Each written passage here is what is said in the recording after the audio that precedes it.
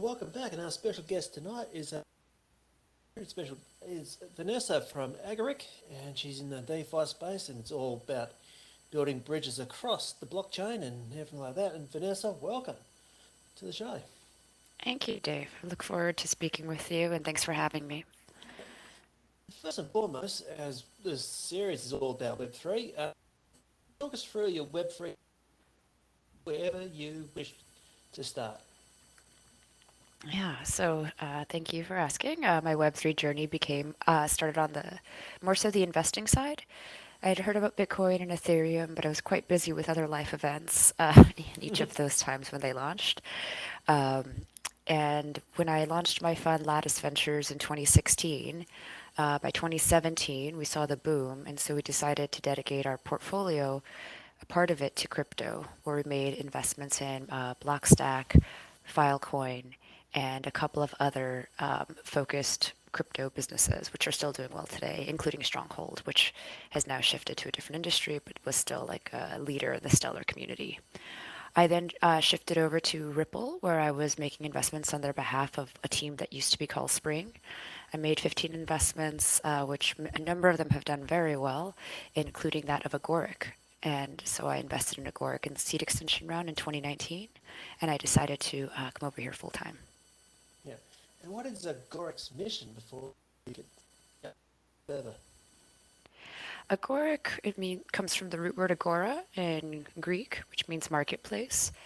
And there is a heavy alignment across the founders and team for there to be an open way for individuals to exchange in a secure and safe environment without needing to um, know everything about each other. And so, if you could do that, in a world without rug pulls, what would that look like? Mm.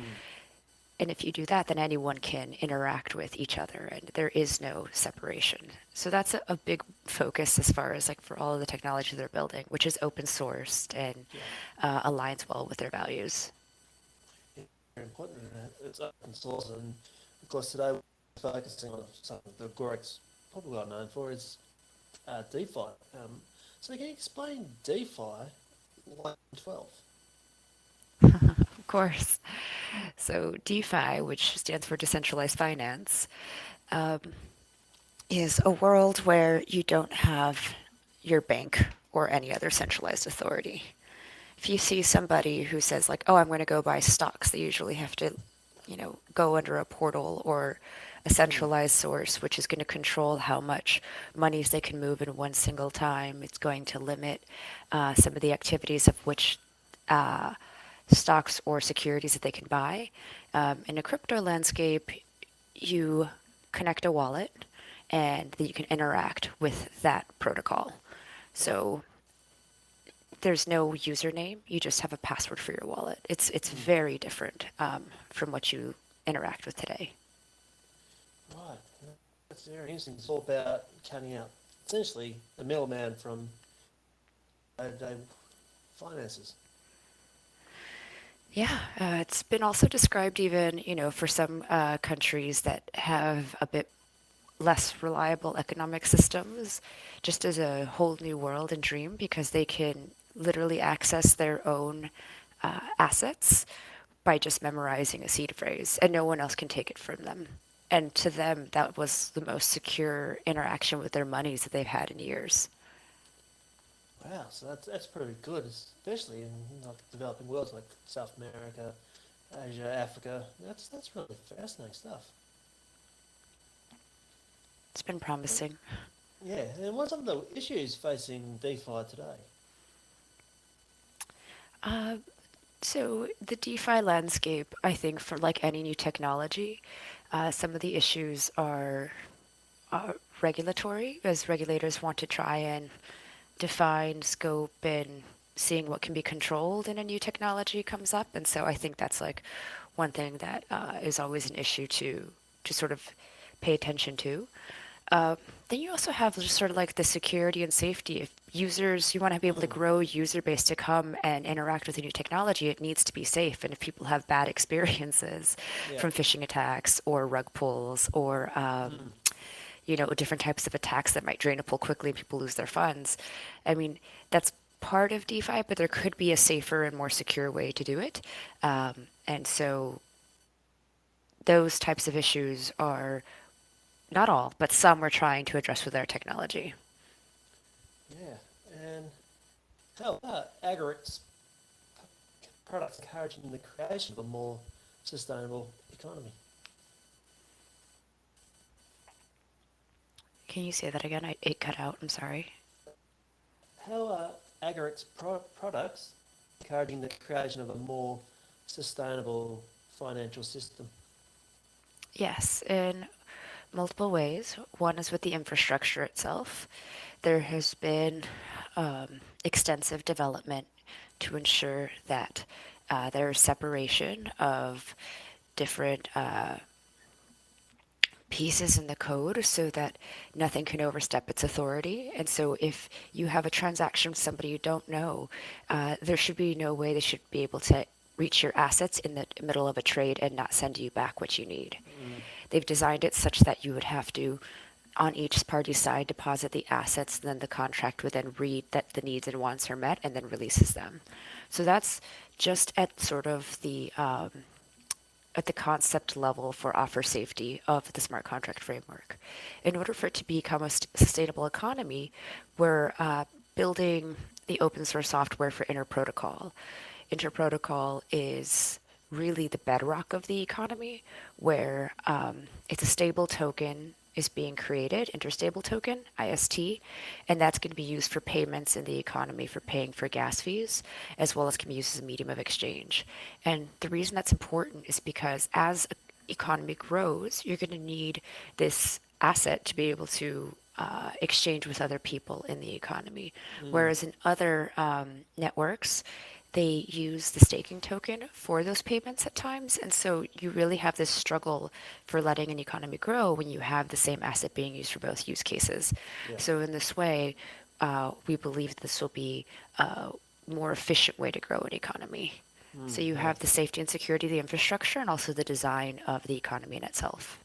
Yeah, it's a very good point. And of course, if you're using a staking coin, that does fluctuate, and I guess that will affect, how everything gets payments made and how everything gets yielded and everything like that. People get so excited when I tell them. I mean, when I'm at conferences and I talk to traders, I talk to developers, and they're just like, wait a minute, I could pay gas fees with the stable token. Like, I get that the gas fees might vary a bit, but the asset price won't change. It's like one less thing to keep track of. And I told the team, I was like, I can't believe how excited people are getting. You would think like, we're recreating a whole new Yeah. world. Yeah, yeah. It's very humbling. It's a good feeling. Yeah, yeah, because that is the most annoying thing about the crypto space at the moment. Yeah, I know. Yeah. That's probably why it's not really adopted, but you can't really pay for Bitcoin, pay for beer, because you might be the one price in the morning, but it'd be a different price in the evening. But yeah, that's really fascinating stuff there, Vanessa. Yeah, I've heard people kick themselves for using Bitcoin to pay for coffee between, I don't know, around 2012 because they thought they were being innovative and realized they just gave away money. Like gave away just like tons of, upside. Uh, and is there any other use cases for Agoric's products, say, in the insurance space? Yes. So the offer safety model I described earlier for the give and want exchange has been looked at by other insurance companies because what is very useful for it, for those use cases, is that you're able to release funds by using an event. And some of the people we've spoken with, they've said that, they've looked at other platforms, they looked at other things, and this is the one thing they've been trying to do for a number of years, but couldn't achieve it in other networks. And so they can write a policy against a smart contract, and whatever the event is to cash in a policy, if you will, right, to make a Yeah. claim, can actually be brought in with a data feed such that once that event occurs, then the payout just happens automatically. And so Wow. this is sort of like a new efficiency to the insurance experience. And so we've been speaking to different groups who are just so excited to be able to actually do this on chain. And that's one of many. I'm happy to go more in depth, but that's Well, one please do. example. Yeah. So, for example, in this country, we had a very, well, on the east coast, we had a very wet summer, and that's saying by our La Nina might be becoming quite common in Australia, and we might get to a point in the 10 years where one in four homes in Australia gets uninsurable. But, and also that's all whole rough all about the traditional insurance not paying up. But if you have a system like that, I think that might be a bit more, well, I guess sustainable, more accountable too. Yeah, I agree. Yeah. And of course, this podcast is also about the wider adoption of Web3 technologies. So, how important is to bring JavaScript, the JavaScript development in the community? Sorry, the JavaScript development community into the metaverse movement. It's very important. I would wonder if you wanted just to ask the question again for your recording, if you'd Yeah, like. I don't mind. I would. I would be like, I I'll want to put a do that clip. again. I'll put a clip. Yeah, Yeah. It happens to me all the time too. yeah. Of course, this podcast is about the wider adoption of Web3 technologies. So, why it's important to bring, say, the JavaScript development community into the wider Web3 movement? There are multiple reasons. One, it's a huge opportunity for JavaScript developers. Blockchain developers are going to continue to grow in demand, and it's a very small community today. It's Mm, usually limited by as far as increasing the number of developers in the sort of like on-chain smart contract, but that's usually because it's with Solidity or Rust, which are newer languages. But JavaScript is, 10 million plus developers in the world, and it's a language that's been around long enough where there have been committees dedicated to ensuring that they've made the right decisions as to what goes in and what should not be included in the language. And so we believe that there's an opportunity to help bring industries to the next level for on-chain smart contracts by bringing in JavaScript developers. So they will be able to become experts overnight, and now numerous industries and companies and, even early entrepreneurs will be able to create their on-chain DApp or smart contract use case. So it goes both ways. It's a large benefit for the developers, and it's also a huge benefit for blockchain adoption as a whole, which has been always one of my personal goals to see in the next few years. Even back when I was absolutely. investing, that was part of my thesis when I was deploying capital back at Ripple. Wow, yeah, of course. Um, and also it's important, as we're moving from Web 2 to Web 3, we can upskill as much people as possible, especially when it comes to blockchain and other related technologies.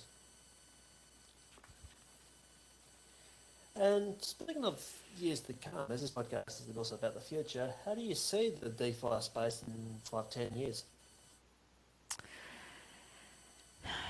In 5, 10 years' time, I can have my ideal answer versus my grumpy reality Yeah, view. both. Right? Let's see, it's 2022. The world's gonna have a lot of problems in 2032, but let's go with 2027. I think that I'd like to see definitely wider user adoption in 5 years from now for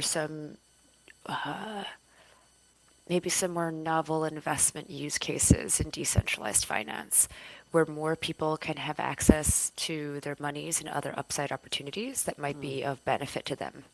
Because I feel like it's quite limiting still. You'll see all these different sort of wealth management worlds to try to hit the middle market or different levels of income that aren't targeted today. And I think that this would be a great way opening that up. I also I, I sincerely hope that the United States and other countries that are sort of not as open to blockchain and crypto technologies really turn around on that just yeah. for, really embracing innovation and working collaboratively with it. I think it would be just a huge advantage for both sides of the table, the people as well as the governments, to just embrace it. And so that's my ideal hopes and dreams for 5 years from now. And I think I'll just stick with that. I think, the wider adoption on the user side, more Mm. developers that can develop in JavaScript is going to be game changing. And that I think regulators just sort of like embracing a bit more of the opportunity in the space versus the whatever it is that they're preventing them from moving forward today. Yeah, good answer. And before we wrap things up, some good chat this evening. Do you have any ideas for a DeFi project you'd like to build or collaborate Ooh, on? ooh, that's a good one. I'd really like to see. I really like to see somehow we can get DeFi into places where they can grow like coffee and chocolate and the real areas of the supply chain, the food chain that tend to be coming from Colombia or Africa somewhere. A lot of people are quite you know it's quite dodgy in the supply chain. Don't rip people off or get get underpaid and anything like that. I think it'll be a little NGO where we can get DeFi into these communities and just really just trying to lift these people up. I think and of course, if we can attach it to something that people care about, like a product like coffee, I think it'll be quite a good, neat little side project to have. Well, if you decide to proceed and vote and go forward in building something like that, you could come talk to us or come talk to the Decentralized Cooperation Foundation, which is a foundation in the Agoric community. Mm. We're always looking and speaking with different app developers on a regular basis, as well as companies that are trying to extend into a new use case for on-chain development. Mm. Whatever idea I've got is just if we can get some decentralized finance for just in some developed countries to turn, you know, empty office spaces into aquaponic farms and things like that, so we don't have to rely on the soil and everything like that. Because we're running out of pastoral land. Country boy, this is where my headspace is at the moment. Wonderful. Yeah. Hey Vanessa, where else can the audience can find you? You could find me on Twitter. The handle is Vanessa Dice, or if you speak Spanish, Vanessa Dice. It's the same two words, just said differently. Um, I'm most active there. I take my DMs are open, and I also actively use LinkedIn. It's more from my venture capital side because you just meet so many people when you're in the VC world. And then I live outside of I live in New Jersey, so also I can be physically, visiting New York or anything else, and that's where I usually am. No worries. Well, the pleasure's all mine chatting to you this evening. Thank you very much for coming on to the podcast. Absolutely. It was a pleasure. Thank you so much for having me, and I look forward to seeing when this is released. If you have any other follow-up questions, feel free to reach out. I'm always happy to hop on. No worries. Can do.